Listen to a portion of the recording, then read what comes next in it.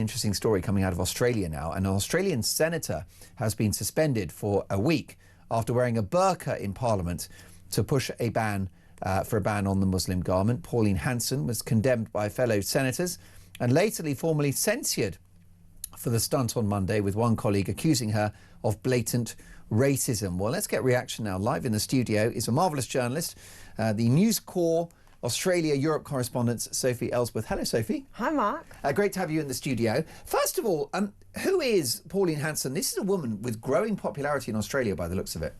Absolutely it is. So Pauline Hanson is the leader of the One Nation Party, which I'd really mirror them with the Reform Party here. They have similar policies, similar ideas, broadly speaking, and their popularity is growing. They're a smaller party. We obviously have the Labor government in power, and we have the coalition similar to here with Conservatives and Labor. But there's a growing resentment with the main parties and a push now for people turning to alternatives such as One Nation, and that is who Pauline Hanson is. She's the leader of this party, which is described, Mark, as far right often by the leftist media, but the Conservative Party with conservative policies. Oh, that's interesting. So that you wouldn't necessarily, just with a cold intellectual eye on it, you would not characterise them as extremists or far right?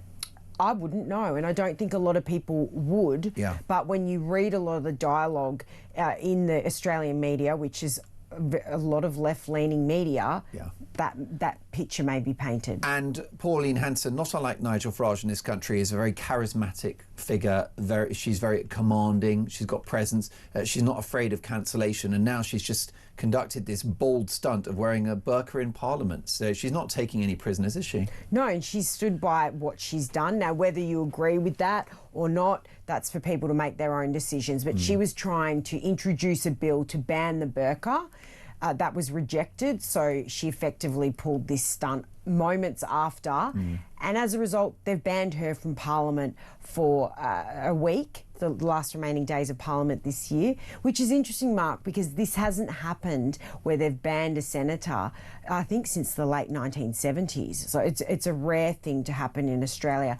But of course, many people are annoyed with this. Some are saying it's offensive what she did. Others saying good on her for doing it. So there's a mixed response. Well, all she's done, she's not said anything. She's just worn a burqa. She has. It's a statement. It's performative. So therefore, you know, hard necessarily to just literally describe it as racist. I mean, has this been a good moment for her, or has it backfired? What do you think? I think there's a mixed response, really, Mark. As some will say, why is she doing this? I was just reading some comment pieces in Australia saying she's really stooping low to actually pull this stunt. But look, Mark, we're talking about it here in London. It's gone all around the world. It was yesterday on many of the websites around the world.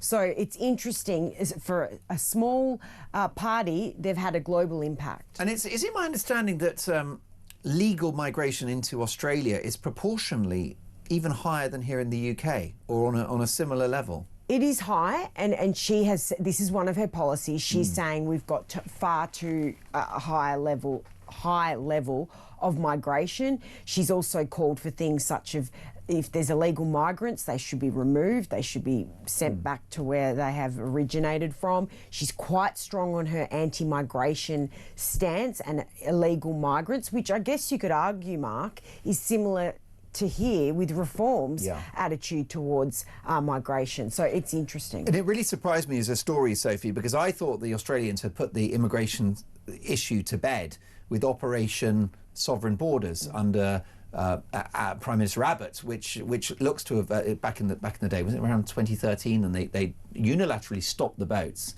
But seemingly this issue has returned as a hot topic in Australia. Migration is always a topic in Australia. Similar to here, it's always discussed, but it's very different to compare. It's different situation because we could stop the illegal migrants coming across in boats. Tony Abbott, former Prime Minister, did stop that. You guys in the UK always refer to the success Australia had, but remembering we're a country that sits in the middle of not a lot. There's not a lot around us. So to stop these boats coming in from different countries, whereas here with the Channel, it's only a short distance, isn't it? Yeah, it's true. So it's very it's easier in Australia to stop it. Yeah, Australia had the benefit of geography and political will, of course, which, you know, we certainly don't have in this country at the moment. And what about, you know, from people that you're still in touch with in Australia, you know, what is life like in Australia from a day-to-day point of view? And are the issues of, you know, divided societies, people living in parallel, not speaking the language, not participating in Australian culture, you know, how big an issue is it for everyday Australians, do you think? So I often think with my time here in the UK, Mark, compared to living in Australia, we do discuss a lot of the same issues. Sometimes I feel we're a bit behind the UK in issues that we are tackling, but it's similar things that are dominating over there. Cost of living, inability to afford a house. Yes, migration does flare up, you know, from time to time. The issues that is always discussed here, the anti-Semitic problems that we've had in Australia, which has made headlines around the world. So similar problems really, but the big one I think is cost of living in Australia. It is very expensive to live in some of the capital cities such as Sydney and Melbourne, and some people say it's as bad as being in London. And not helped by large-scale migration, because of course that puts pressure on housing, doesn't it, as well as other infrastructures, so it's a big old issue. What can this woman do, Pauline Hanson? Will she ever achieve power, do you think? She won't achieve power. It's a different political system here. No, obviously in Australia also it's compulsory to vote. It's not compulsory to vote here. We have the two major parties. Labor are winning. They're the government at the moment, and they're winning every poll quite convincingly. A recent poll showed Labor at 36% of support, the Coalition 24%, and One Nation 13%. She has no seats in the lower house to achieve government. She only has seats in the upper house. Don't want to make it too confusing for people, Mark, but the short is she will not be in power. And yet she represents the views of potentially millions of Australians. Potentially. Given, for example, now this Burqa stunt, you know, why has she done that? Why is the Burqa an issue for her? So she has said that it's a national security risk. She doesn't like what the burqa represents, and she said it should be banned and we should follow many other countries. I think Denmark, it's banned. Yeah, it is. France. France is another one. Yeah. There's a whole list of countries, and she's saying it should be banned, and she's saying it's a risk. Having it, you know, that people can wear this in society, they can hide behind it. She's come out on that. Isn't it ironic that the left, who you would have thought would be of a feminist mindset, have got no problem with the burqa, which involves covering the entire face and body of a woman?